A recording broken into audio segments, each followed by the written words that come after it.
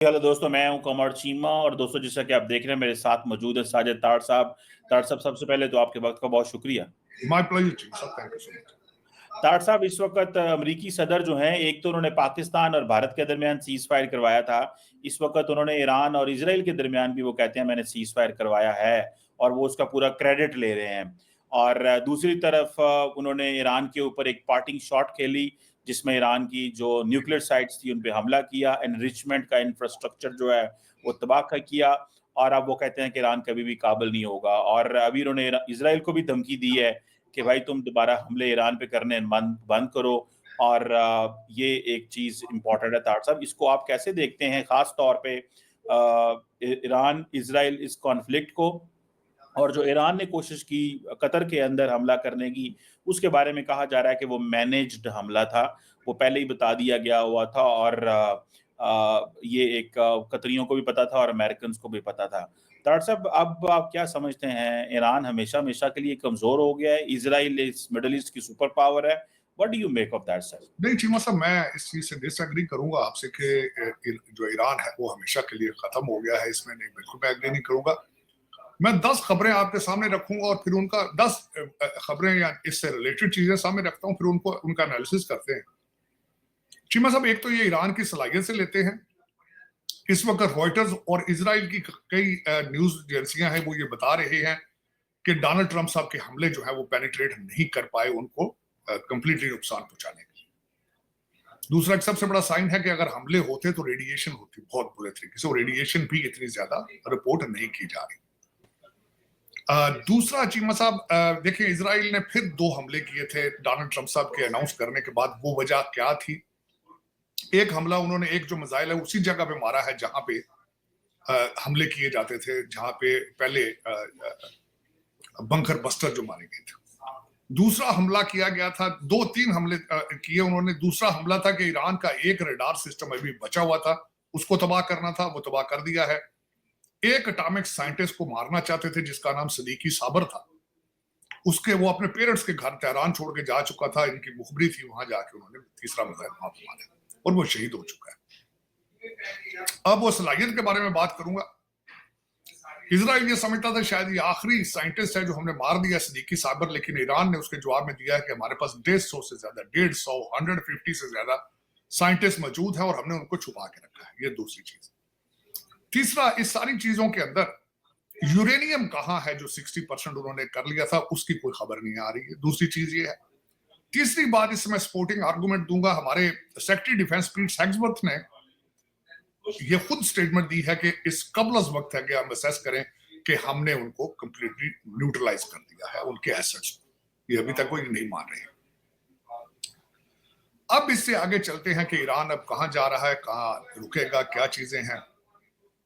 मेरे ख्याल में डोनाल्ड ट्रंप साहब ने आज फिर दोबारा एक दफा नेटो में शमूलियत के जाने से पहले फ्रस्ट्रेशन का इजहार किया है, बल्कि उसमें पहली दफा कहते हैं हिस्ट्री में कि एक अमेरिकन प्रेसिडेंट इजराइल को गाली भी दी। उन्होंने एक बड़े लफ्ज इस्तेमाल किए जो आज तक किसी सदर ने इस्तेमाल नहीं किए। ये फ्रस्ट्रेशन था। दूसरा, इंटरनल इश्यूज हैं इस वक्त अमेरिकन। हमारी जो सिचुएशन रूम था उसके अंदर तुलसी गैबर्ट मौजूद थी या नहीं थी, उसकी तस्वीर सामने नहीं आई, क्लैरिफिकेशन आ रहे हैं। इसका मतलब है इंटरनल इश्यूज भी मौजूद है। तीसरा, हमारा मिड टर्म इलेक्शन आने वाले हैं। लोग इस सारे हादसे को, इस ईरान इजराइल जंग को उस तनाजर से भी देख रहे हैं। लेकिन यहां पे जो सबसे ज्यादा इंपॉर्टेंट बात थी, डोनाल्ड ट्रंप साहब की क्रेडिबिलिटी थी। अगर यहां से कमजोर पड़ेंगे, उसके बाद यूक्रेन और रशिया का क्या बनेगा, पाकिस्तान भारत का क्या बनेगा, और दूसरा ताइवान का क्या बनेगा। सारी चीजें इंटरनेटेड है एक दूसरे के साथ अगर देखा जाए। डोनाल्ड ट्रंप साहब जा चुके हैं नेटो की कॉन्फ्रेंस अटेंड करने के लिए, लेकिन नेटो के कई जो वहां पे मेंबर हैं, एलाइज हैं, उन्होंने बाइकआउट कर दिया, वो वहां पे नहीं आ रहे।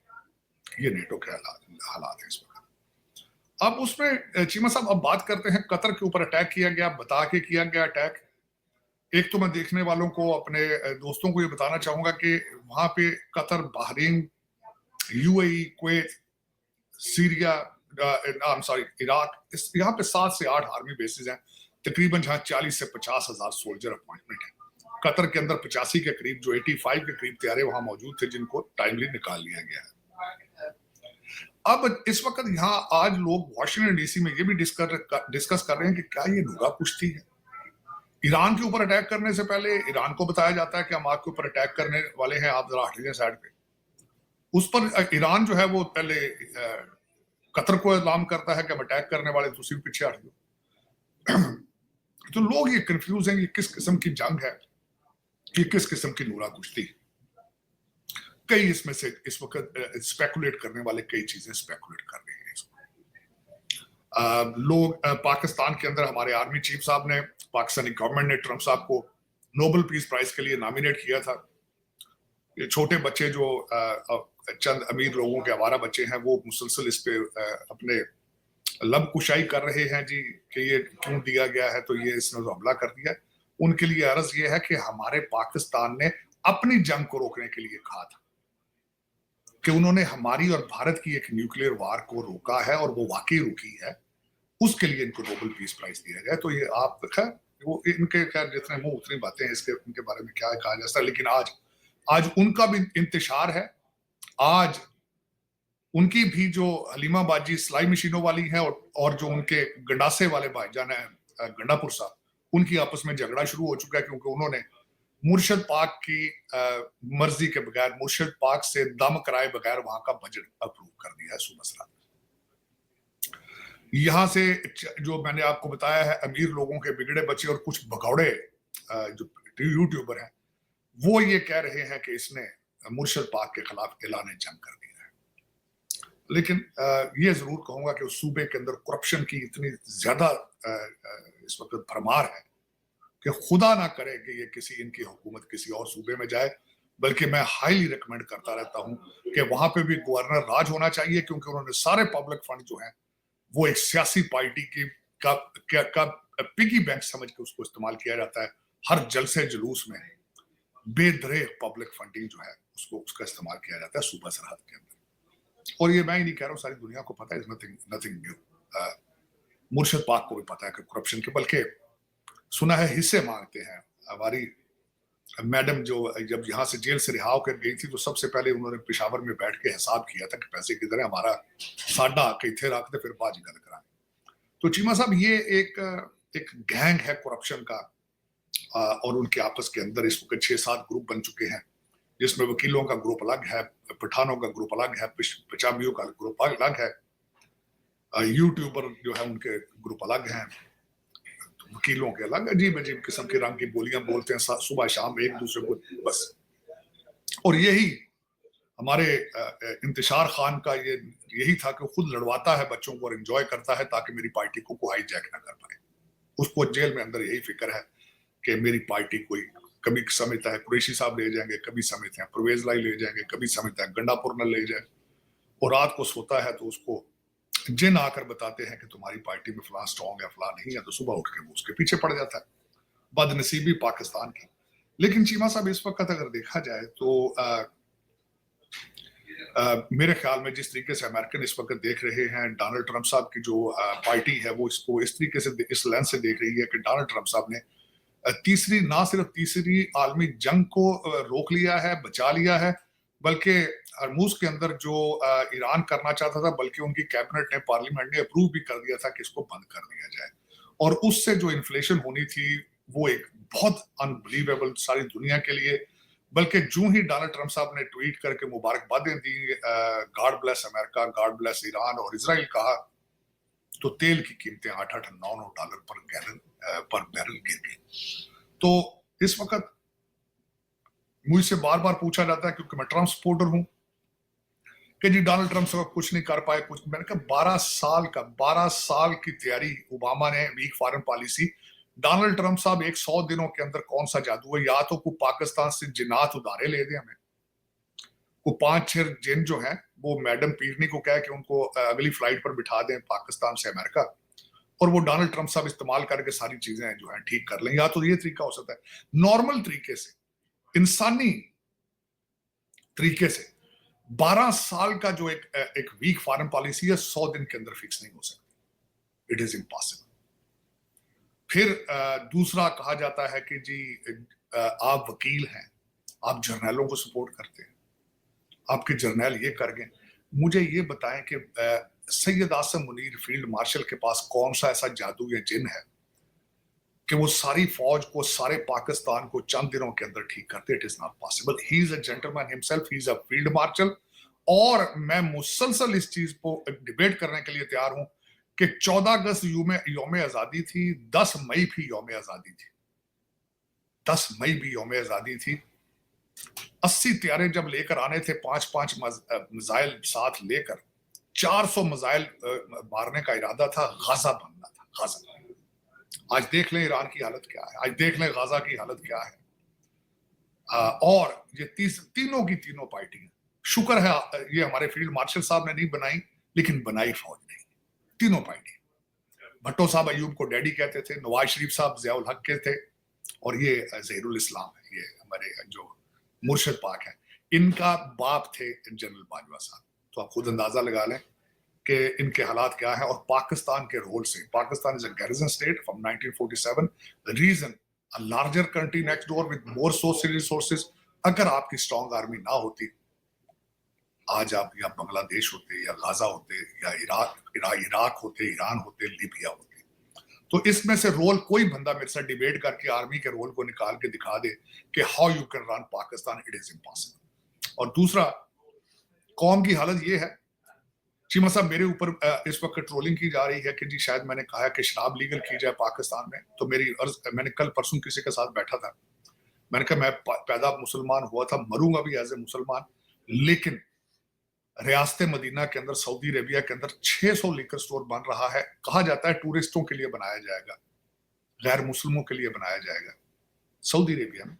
चीमा साहब दुबई के अंदर, यूएई के अंदर लिकर स्टोर खुले हैं, शराब खाने खुले हैं, जिन्होंने पीनी है, जो नहीं पीनी तो ना पिए. टर्की के अंदर खुले हैं, टर्की के अंदर जाकर.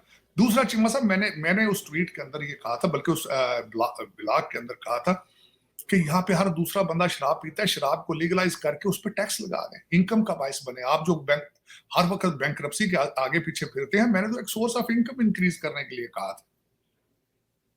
दूसरा, मेरे खिलाफ ट्रोल किया इस पार्टी ने पिछले दिनों कि मैं इजराइल को सपोर्ट करता हूं. मेरे एक ट्वीट को इन्होंने बार बार सामने रखा है.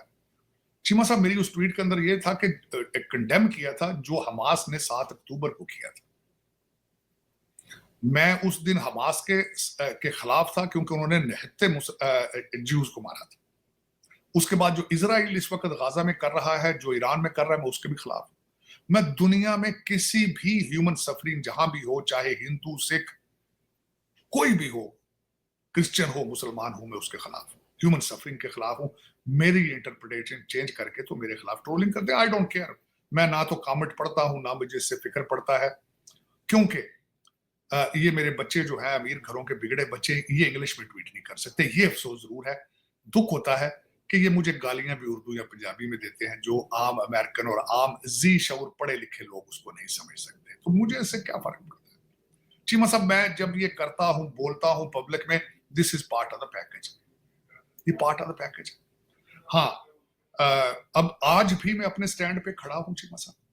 मैं I am the firm believer कि पाकिस्तान और भारत के आपस में रिलेशनशिप होने चाहिए. मैं आज भी फर्म बिलीवर हूं कि भारत के सारे रीजन के अंदर उनके बांग्लादेश, नेपाल के साथ भी रिलेशनशिप ठीक होने चाहिए. मैं हमेशा प्रमोट करता रहूं पाकिस्तान के भारत, अफगानिस्तान, बांग्लादेश, बर्मा, चाइना, सबसे रिलेशनशिप ठीक होने चाहिए, क्योंकि that is the only way moving forward. जंगों में से कुछ नहीं निकलता. 12 दिन इजराइल ईरान ने मारा है, फिर टेबल पे आ रहे हैं. तो मैं ये कहता हूं कि बजाय आप हथियारों पे पैसे खर्च करें, तालीम पे खर्च करें, एक दूसरे की बहबूद पे खर्च करें, प्यार के अलावा, दूसरी लव के अलावा, डायलॉग के अलावा, there is no third way to move forward. Economy के साथ एक दूसरे के साथ कंपीट करने बजाय कि एक दूसरे के आप माओ के बच्चे मारे. मैं आज भी उसका फर्म बिलीवर हूं. मैं ना किसी से मैं किसी फेथ बेस, उसके origin base, I can not hate them, I love all of them. मेरी बच्ची का इवेंट था कल परसों, शादी की, उसकी एनिवर्सरी थी चीमा साहब. इस आजकल के कड़े हालात में भी मैंने स्टेज पे खड़े होकर नमस्कार भी कहा है, सत श्री अकाल भी कहा है.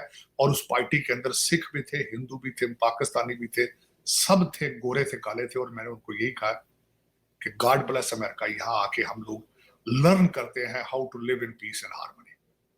और मैंने अपनी मैं बच्चों को इसी तरह रेज किया. मैं कहा सारे तुम्हारे चाचे हैं, सारे तुम्हारे रिश्तेदार हैं, और this is how it is.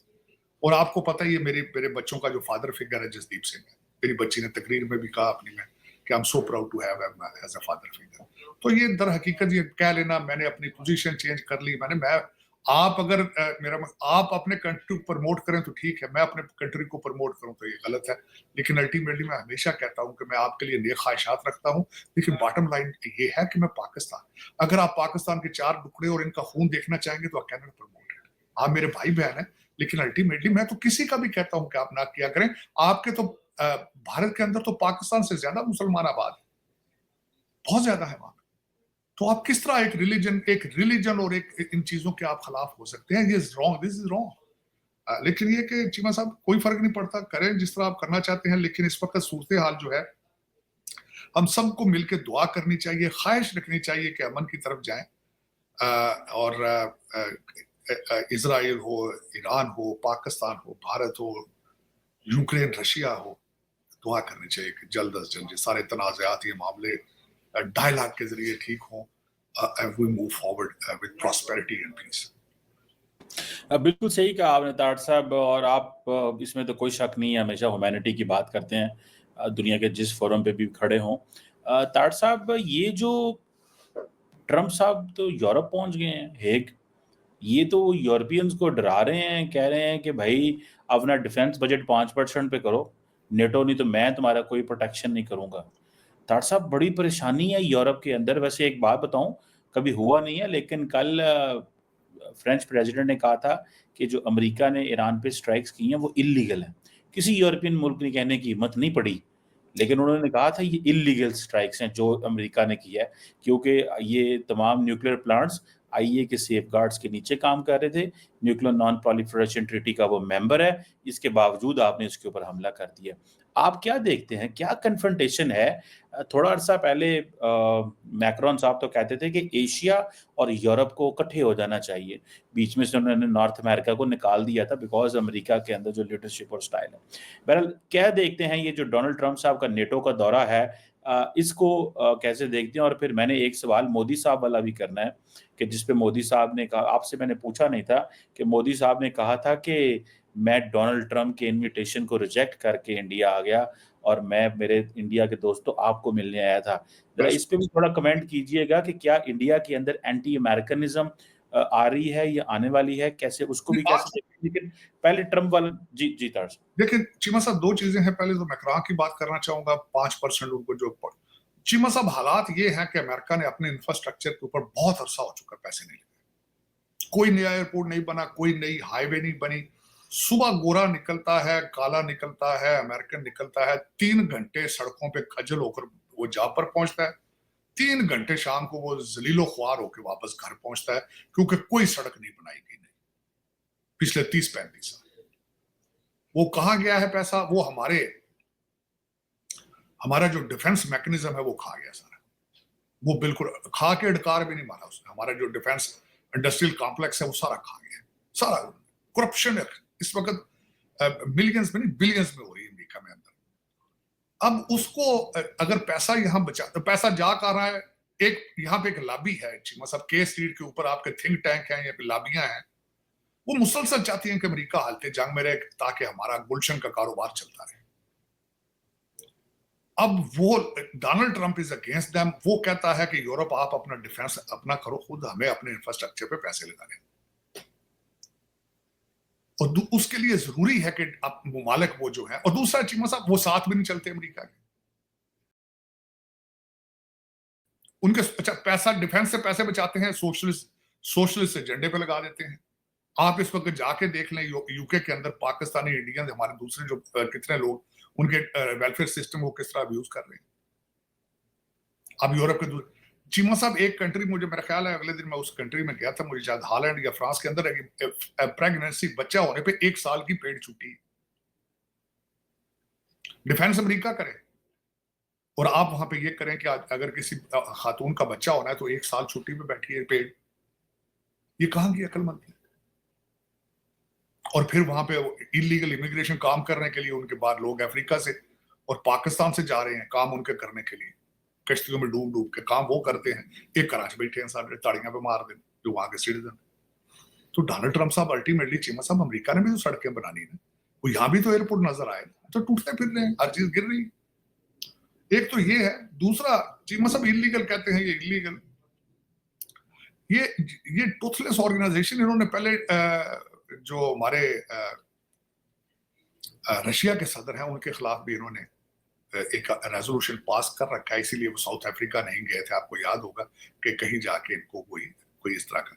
और दूसरा इन्होंने बीबी नेतन्याहू के खिलाफ भी इंटरनेशनल कोर्ट ऑफ जस्टिस ने कई इस तरह की, लेकिन यही एक वजह है डोनाल्ड ट्रंप साहब या अमेरिकन कई मेरे जैसे जो है वो इन चीजों के खिलाफ है कि सिर्फ खर्चे ही कर रहे हैं, चीमा साहब तनख्वाह ले रहे हैं, उनके रेजोल्यूशंस का बनता कुछ नहीं, कुछ भी नहीं बनता चीमा साहब, कुछ भी, कोई इम्प्लीकेशन नहीं, ना यूनाइटेड नेशंस की है, ना नेटो के कोई हालात हैं, ना इंटरनेशनल कोर्ट ऑफ जस्टिस को पूछता है, ना ओआईसी को पूछता है, कोई भी इनकी अफादियत नहीं है। तो अगर फ्रांस वालों ने कहना तो या तो खुल के कहें, इसका भी जवाब आ जाएगा उनको डोनाल्ड ट्रंप साहब की तरफ से, कोई ना कोई उनको भी वार्निंग देंगे, हो सकता है टैरिफ लगा दें फ्रांस के ऊपर, तो कुछ ना कुछ तो इसका करेंगे, वो एक्शन लेंगे।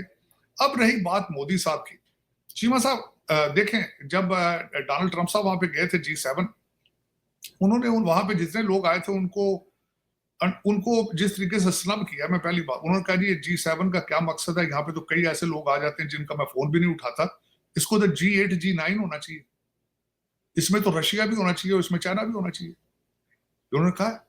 दूसरा उन्होंने देखें जो बात हुई थी, बल्कि मैं समझता हूँ मुझे उस पर भी इन्होंने फौरन डैमेज कंट्रोल किया था, फौरन इन्होंने कहा जी कि इनकी टेलीफोन पे बात हुई है 35 मिनट, अब वो क्या हुई है क्या नहीं हुई है, लेकिन डैमेज वाज डन। वो ना सिर्फ इनसे नहीं मिले बल्कि वो यूक्रेन के सदर से भी नहीं मिले थे। और दूसरी जो सबसे बड़ी बात ये कि डोनाल्ड ट्रंप साहब को इतनी जल्दी थी वापस आए, तो वापस आके उन्होंने हमारे फील्ड मार्शल सैयद आसिम मुनीर को 1 घंटा मिलना था, उसी दिन 2 घंटे बैठे थे उनके साथ, और जो उन्होंने बताया उनको उनके साथ वो एक अलग चीज है कि आप ईरान को भी हमसे ज्यादा समझते हैं, and I am honoured to have you here.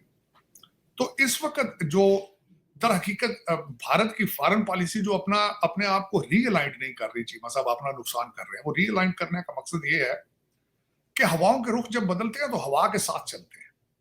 हवा के साथ चलने से मुराद ये है कि डोनाल्ड ट्रंप साहब के मिजाज को समझने से वो कासर रहे हैं।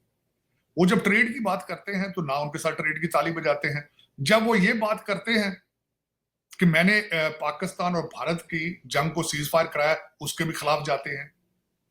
ठीक है चीमा, दूसरी तरफ वो अपना सुपर स्ट्रोक मारते हैं पाकिस्तान के, हमने नोबेल पीस प्राइज देना है। देखे ना, वो चल पड़े हवाओं के रुखों के साथ, ये नहीं चाहते।